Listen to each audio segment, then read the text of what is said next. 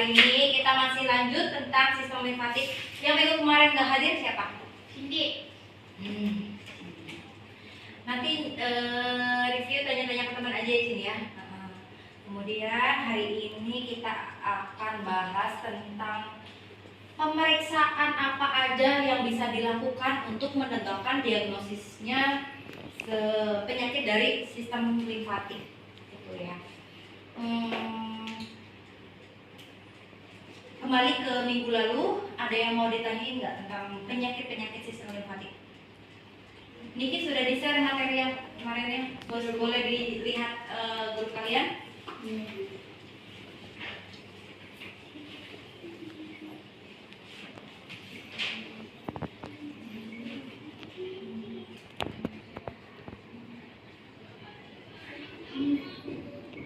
Jangan lupa TikTok ya.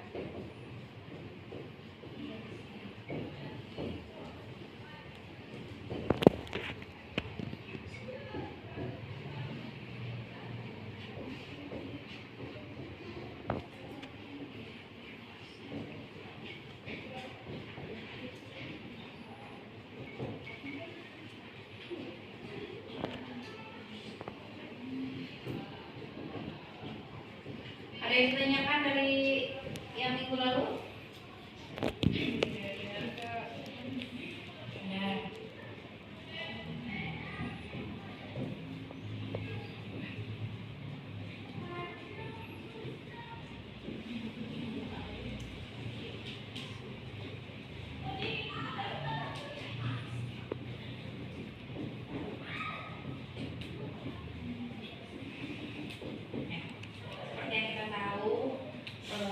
Limfatik itu kan menyerang limpa ya. Apa aja sih yang di tubuh kita tuh? Ada berapa titik kemarin? Berapa ratus? 600 lebih ya, 600 sampai 700 titik titik limfatik di tubuh kita ini. Tapi yang terbesar adalah di tenggorokan, di leher ya. Ada juga di selangkangan dan di telinga. 3 titik itu yang mungkin menonjol, menunjukkan banget nih kalau misalkan ada sesuatu di sistem limfatik kita. Kemudian yang bisa kita lakukan kalau misalkan ada ya benjolan-benjolan itu apa sih, Mam? Yang pertama adalah kita bisa cek lab. Cek labnya adalah darah lengkap. Cek lab darah kan ada 2 nih, darah rutin dan darah rutin dan darah lengkap. Tapi pada pemeriksaan sistem limfatik yang dilakukan adalah darah lengkap. Kalau darah rutin itu bedanya dengan darah lengkap adalah hanya menunjukkan hasil pada saat itu. Tapi kalau darah lengkap ya udah jelas namanya sudah lengkap. Udah pasti lengkap dong ya. Langsung bikin barisan di tengah. Langsung bikin barisan di tengah. Langsung bikin barisan di tengah.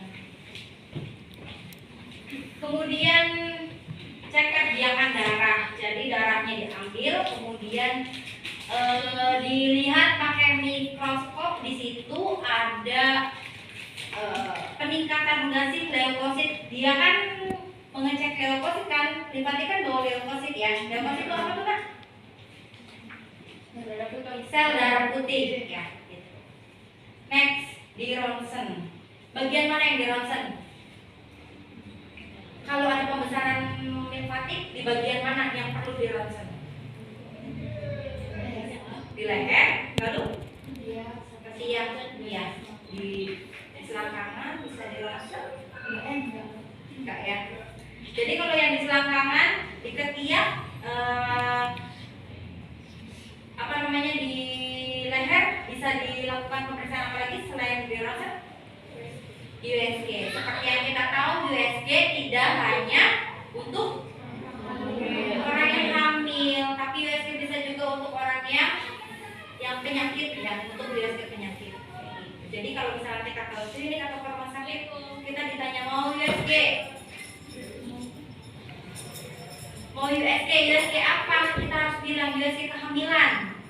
Jelas dong kalau kita mau mendeteksi kehamilan gitu ya. Tapi kalau misalnya kita ada keluhannya di mata, di leher, di selangkangan, di ketiak, ada benjolan atau di payudara ada benjolan, kita bisa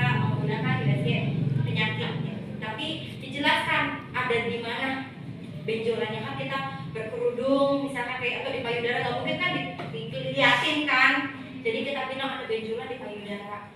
Jadi nanti yang di USG-nya bagian payudara. Kalau misalkan di leher tiroid yang membesar, ya udah kita bilang USG leher. Nanti orang bagian radiologinya sudah ngerti apa yang mesti dia lakukan.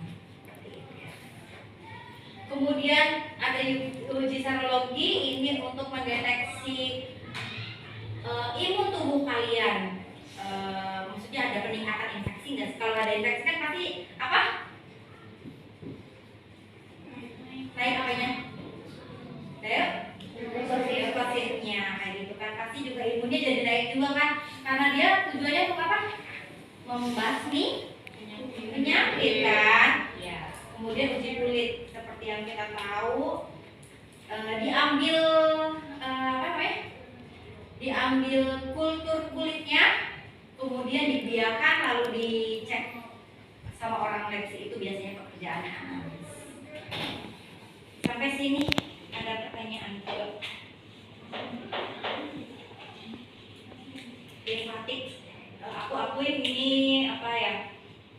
Yang paling sulit di PPD limfatik dan saraf, yang paling rumit lah gitu ya. Nah makanya nanti di kelas 12 kita akan ketemu saraf yang sama-sama rumitnya dengan limfatik. Masih ada yang mau dijelaskan tentang limfatik? Ayo tanya.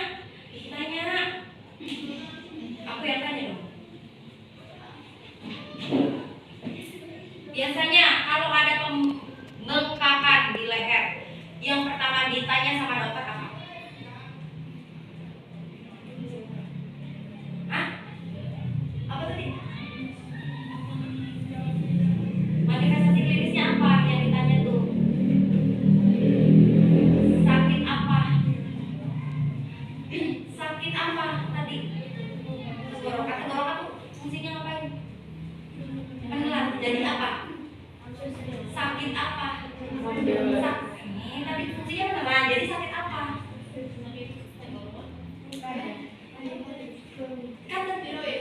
Iya, kan kalau kita mau mendeteksi tiroid nih. Nah, tenggorokan kan fungsinya kan menelan nih. Lewatnya makanan, lewatnya minuman gitu kan ya. Nah, yang pertama ditanya sama dokter apa? Ada sakit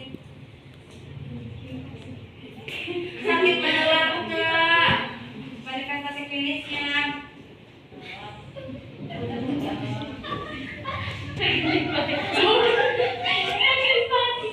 sakit menelan. Kemudian tanya ke keluarga, ibu kalau mamam nih kan gini ya, leher nih. Nah, ternyata di sini ada pembesaran limfatik. Menurut kalian, fungsinya tenggorokan kan masuknya makanan, minuman, dan udara nih. Nah, nyesek nggak sih? Nyesek. Nah, pada saat tidur, bakal ngorok nggak pasiennya? Iya. Karena apa? Bisa masuk nggak di sini udaranya? Enggak ya. Jadi pas tidur mereka dominan apa?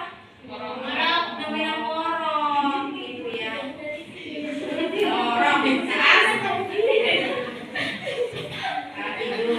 Kemudian apa lagi ya? Ini kan ada pembesaran kelenjar limfatik nih, tiroid. Nah, kemudian mereka fungsinya apa kemarin, minggu kemarin? Menyaring bakteri. Nah, pada saat dianya sendiri terserang sakit kan, dia kan terserang itu lagi sakit, lagi radang gitu kan, yang merah-merah gitu. Biasanya orangnya jadi apa? Batuk-batuk terus? Bisa kena penyakit apa? Batuk-batuk, demam. Lalu kenapa bisa terjadi febris?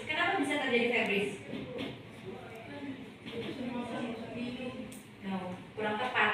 Apa? Karena lagi apa? Naiknya suhu imun. Karena suhu